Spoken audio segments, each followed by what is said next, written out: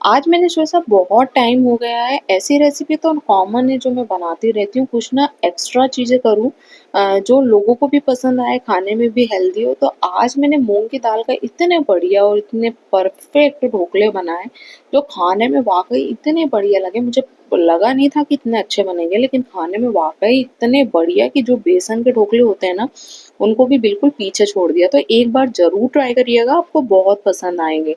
इसे बनाने के लिए मैंने लगभग 1 कप जो है मूँग की दाल का यूज़ किया है। ये धुली हुई मूँग की दाल है। साथ ही साथ इसको मैंने लगभग 2 से 3 घंटे तक भिगो के रखा था, उसके बाद ही इसका यूज़ कर रही हूँ। आप 3 घंटे से ज़्यादा इसको ना भिगोएँ, क्योंकि इससे ज़्यादा भिगोने से क्या होता है कि दाल में स्मेल सी आने लग जाती है। तो 2 से 3 घंटे आप अगर उसको अ गलाते हैं या भिगोते हैं, तो उसके बाद जो है उसका यूज़ करेंगे ना, तो दाल के अंदर कोई स्मेल नहीं रहती है और हमारे ढोकले हैं बहुत टेस्टी बनते हैं। यहाँ पर मैंने लगभग 1/3 जो है सूजी का यूज़ किया है। आप चाहें तो 1 कप भी ले सकते हैं। ये सूजी जो है मोटी पतली जैसी भी आप यूज़ करना चाहते हैं वैसी कर सकते हैं। यहाँ मैंने लगभग 1 कप जो है दही का यूज़ किया है। ये दही मैंने घर का दही यूज़ किया है। आप चाहें तो मार्केट में जो मिलता है उस दही का यूज़ भी कर सकते हैं, क्योंकि हमें चाहिए सिर्फ दही फॉर्मेट के लिए। अब यहाँ पर 1/4 जो है पोहा ही लेंगे, पोहा जो नॉर्मली हम बनाते हैं वही वाला पोहा, और 1/4 से थोड़ा सा कम जो है बेसन। आप यहाँ पर बेसन स्किप कर सकते हैं अगर आप नहीं डालना चाहते हैं तो, लेकिन थोड़ा सा डाल देंगे ना तो उससे कोई फ़र्क नहीं पड़ेगा। सिर्फ थोड़ा सा ये है कि थोड़ा सा मिक्सचर हमारा जो बैटर है थोड़ा सा स्मूथ हो, इसलिए मैंने इसके अंदर बेसन का यूज़ किया। बस आपको कुछ नहीं करना है, इसे अच्छे से मिक्स कर लेना है। मिक्स करने के बाद आपको इसको रेस्ट पे लगभग 15 से 20 मिनट के लिए रेस्ट पे छोड़ देना है। फिर आप इसका यूज़ करेंगे तो क्या होगा, जो आपके पोहा है वो जितना भी एक्स्ट्रा पानी है सब एब्ज़ॉर्ब कर लेगा, और साथ ही साथ इसके अंदर दही है तो वो फर्मेंट होगा।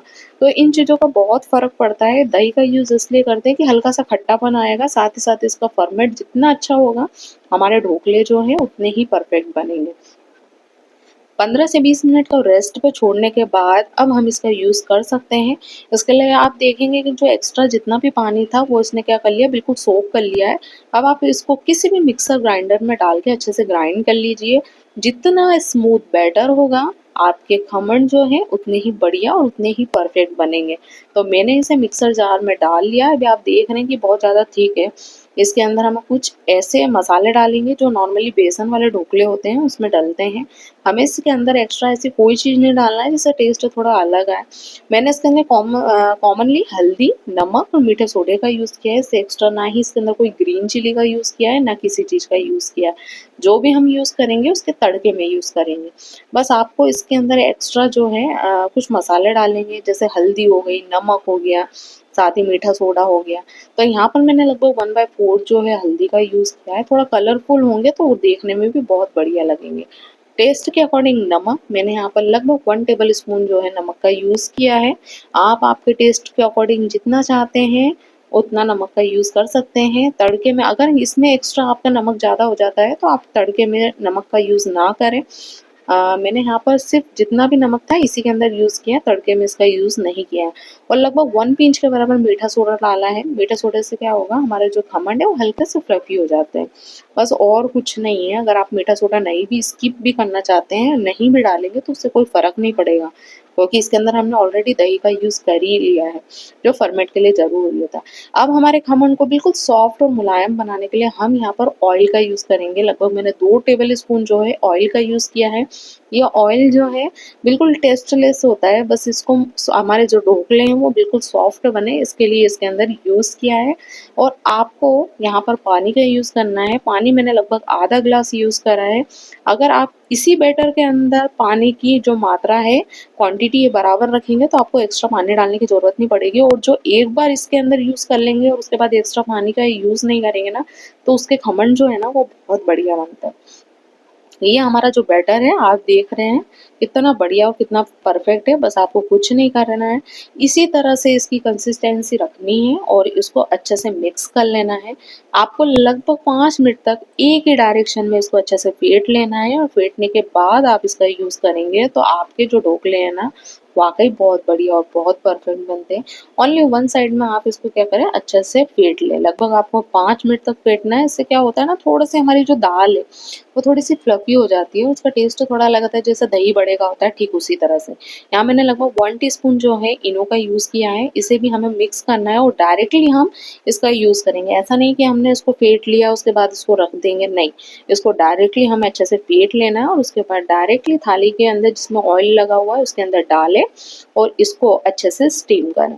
बस और कुछ नहीं करना है आपको। यहाँ पर मैंने उसको एक ही साइड में अच्छे से मिक्स कर लिया है और मिक्स करने के बाद एक हम जो स्टीमर होता है उसके अंदर पहले से ही पानी रख लें या पहले से अच्छे से, जितनी जल्दी क्या होता है ना, जैसे इसको रखेंगे तो तुरंत स्टीम होना चाहिए। तो उससे क्या होगा कि हमारे जो ढोकले हैं ना वो बहुत ज़्यादा फ्लफी बनेंगे। यहाँ पर देखेंगे कि इसके अंदर छोटे-छोटे से बबल्स आ गए। बस आपको कुछ नहीं करना है। यहाँ पर मैंने खमन वाली प्लेट ली है, उसके अंदर पहले से ही ऑयल ग्रीस करके रखा था। अब आपके जो खमन का जो बैटर है उसको इसके अंदर डालें। थोड़े से मैंने चिली फ्लेक्स का यूज़ किया है। चिली फ्लेक्स से क्या होता है, थोड़ा-सा तीखापन आ जाता है और देखने में भी वाक़ई बहुत बढ़िया लगते हैं। तो इसके अंदर थोड़ा-सा आप चिली फ्लेक्स डालिए। साथ ही साथ इसके अंदर चिली फ्लेक्स के साथ-साथ फ्रेश हरे धनिया का यूज़ भी कर सकते हैं, उससे भी डेकोरेटिव लगता है थोड़ा और देखने में भी बहुत बढ़िया लगते हैं। अब आप इसके अंदर जो बचा हुआ बैटर है वो डाल दीजिए। मैंने क्या एक साथ डालना था, लेकिन मैंने सोचा था कि मैं अलग से रख लूँगी। उसके बाद मुझे लगा कि नहीं यार, इसके अंदर थोड़ा-सा स्पेस है कि ये इसमें आ सकते हैं, तो मैंने वापस उसी में डाल दिया। बस अब यहाँ पर स्टीमर में मैंने पानी डाल के इसको अच्छे से, पानी को अच्छे से बॉईल कर लिया है। अब आप इस स्टीमर के अंदर आपके जो ढोकले हैं उसका बैटर को रखिए और कम से कम 25 से 30 मिनट के लिए अच्छे से स्टीम होने दें। मैंने मीडियम फ्लेम पर, अगर हाई फ्लेम पर कर रहे हैं तो मुश्किल से 15 मिनट, लेकिन अगर आप मीडियम फ्लेम पर कर रहे हैं तो आपको 20 से 25 मिनट लगेंगे इसे स्टीम होने में। क्योंकि यहाँ पर जो मूँग की दाल है, बेसन का जो खमन बनाते हैं ना उसमें इतना टाइम नहीं लगता है, लेकिन यहाँ पर मूँग की दाल जो है कच्ची होती है, तो इसको स्टीम होने में थोड़ा-सा टाइम लगता है।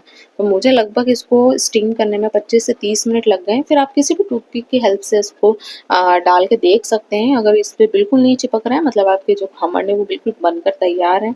अब ये बन तो चुके हैं, लेकिन इसके ऊपर डालने के लिए हमें एक तड़का तैयार करना है। तड़के के लिए मैंने एक पैन में लगभग 2 टेबल स्पून ऑयल का यूज़ किया है।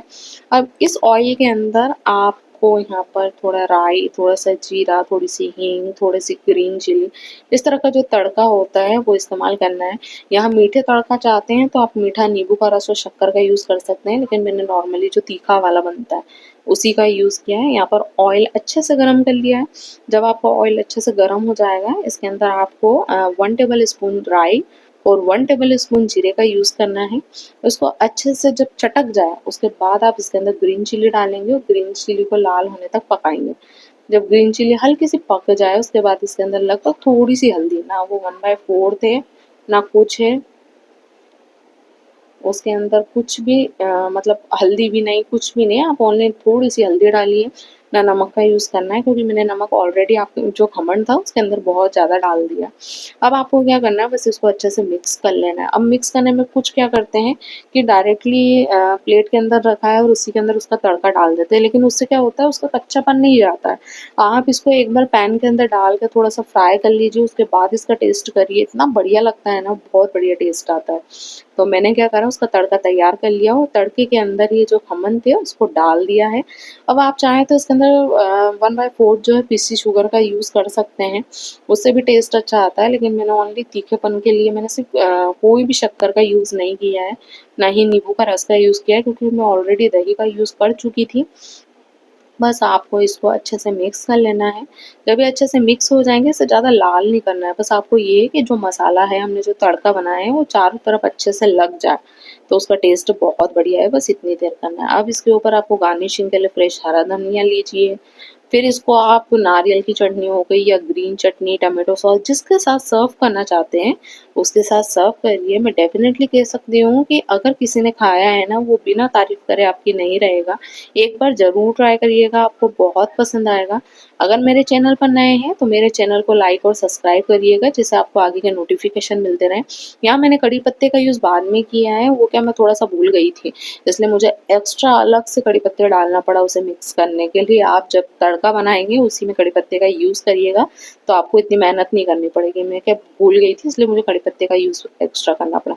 आप इसको सॉस के साथ, ग्रीन चटनी के साथ, बारीक सेवों के साथ या नारियल चटनी जिसके साथ सर्व करना चाहते हैं उसके साथ करें। एक बार ज़रूर ट्राई करिएगा, आपको बहुत पसंद आएँगे। बहुत सिंपल सी रेसिपी, बहुत बढ़िया और खाने में वाक़ई बहुत हेल्दी होती है। तो ज़रूर ट्राई करिएगा और मेरे चैनल पर अगर नए हैं तो मेरे चैनल को लाइक और सब्सक्राइब करिएगा। Thank you.